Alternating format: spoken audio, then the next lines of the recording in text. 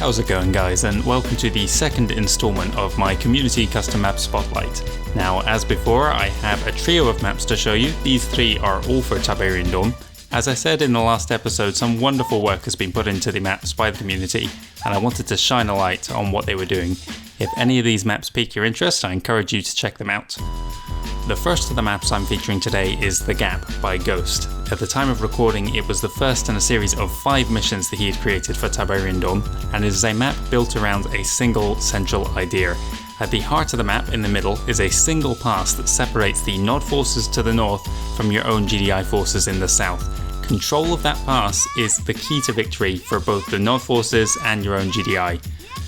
Now, as you might imagine, this pass is heavily defended by Nod, and taking it is no simple task. This is definitely a map that is geared towards very large encounters with a lot of high-tech units. I was having to control dozens of mammoth tanks in order to achieve victory, and thankfully the plentiful Tiberian in the starting area allows for that kind of large-scale combat that the map is built around.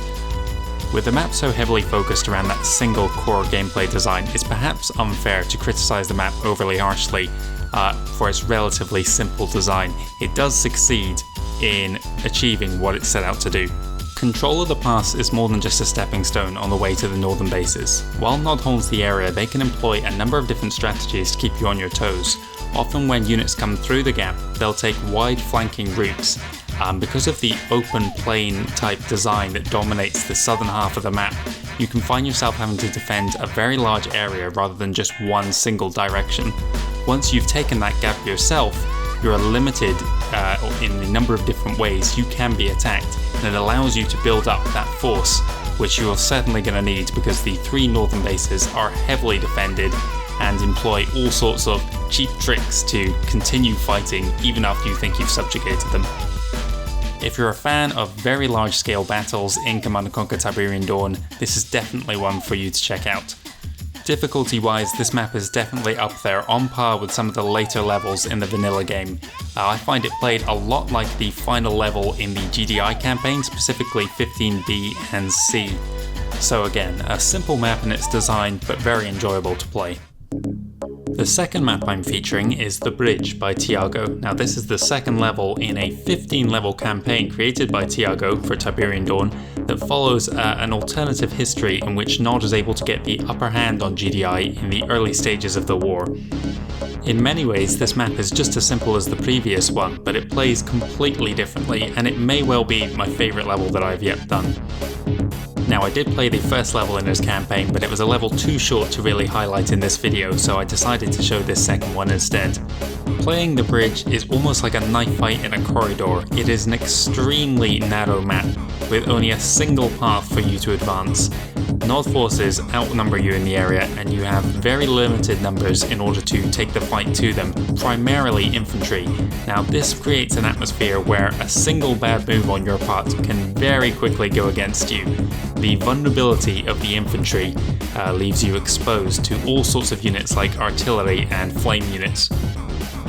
Even units that you wouldn't normally see as a threat, like harvesters, because if you're a primarily infantry-based force, they can have huge consequences if one of them is able to trample over your forces.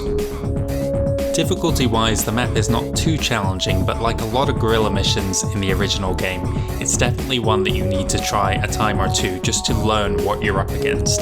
Gameplay-wise, it really rewards smart thinking, target prioritization, and using the right force against the different threats that you'll come against. As I mentioned, you are heavily outnumbered here, so micromanagement is the key to victory, and it's very rewarding when things go your way, especially when the odds you're up against are so heavily stacked against you. Because you get so few vehicles, they really do feel like prized possessions, and it creates a situation where a single Humvee is more important to you than any other vehicle in a typical game of Command & Conquer. The map is small, but it's well detailed. My only real comment would be that the titular bridge is not really much of an obstacle compared to the final base assault, where the heaviest fighting is. Whether you like the mission or not is going to depend on your views of guerrilla missions in general, but for me this was a map I got a lot of enjoyment out of. I'm interested in the story and where it goes from here. I kind of liked the concept of the first two missions that I played as a kind of pre-war conflict before things have really reached the kind of global climax that they would in the first Tiberian War. I can't speak for the later missions in the campaign yet, but this is definitely a creator whose work I'd return to at a later time. The final map I'm featuring is Phantom Strike by Darkstar. Now this is the first level I'm playing in what is actually two campaigns created by Darkstar, originally for the vanilla game, but have since been ported over to CNC Remastered. There seems to be a shortage of mod levels and to a much larger extent red alert levels in the community maps at the current state, most of them GDI levels, so I did want to try and keep a balance of playing one of each.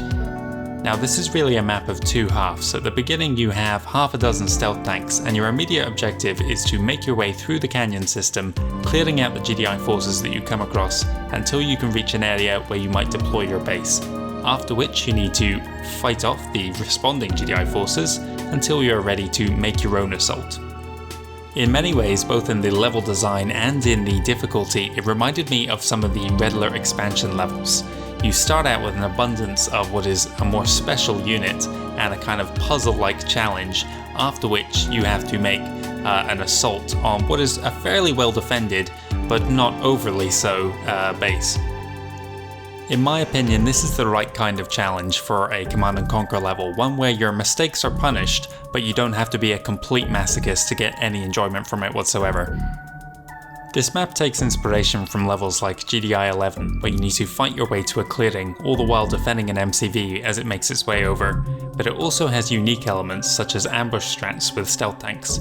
Rarely do you have as many stealth tanks as you begin this mission with, and so this is the first time I've been able to employ those tactics in Command & Conquer, sneaking up on an opponent and then unleashing a single volley. In terms of the look of the map, it's good, if nothing special. One thing I did notice while playing was that everything is very much at right angles. Now I know that's largely the fault of the original game and you're limited in its grid-based system, but some maps are able to hide it a little bit better than this one. One thing I might have liked to have seen is some wider angles of attack for the AI forces approaching your base. As it is now, it's very easy to defend just a single bottleneck on the other side of the river to the south of your base, and there's a large clifftop area that goes almost completely unused. It could have been repurposed for a long winding flank that you would need to defend from, too narrow for you to make your own attack along, but something you'd need to keep your eye on as you push towards the base. Overall though, this is a very good level. It feels like you're playing as Nod with the espionage and sneak attacks in the northern half, and then the final base assault is difficult enough to provide a good challenge for you. If you have any interest in the levels featured in this episode, you can check out the comments below for a link to the Steam page, or you can search for the levels in-game by the names listed in the episode. If you have any feedback and what I can change in these community spotlights, please leave a comment, or indeed if you have any suggestions as to what levels I could play next. I already have another trio set up. All three of them are for Tiberian Dawn. As I mentioned previously, it's harder to find levels for Red Alert, though I would like to feature some of those in an upcoming episode. Thanks again for watching. The full playthroughs for all three of these levels will be uploaded soon, and I hope you'll join me in another video.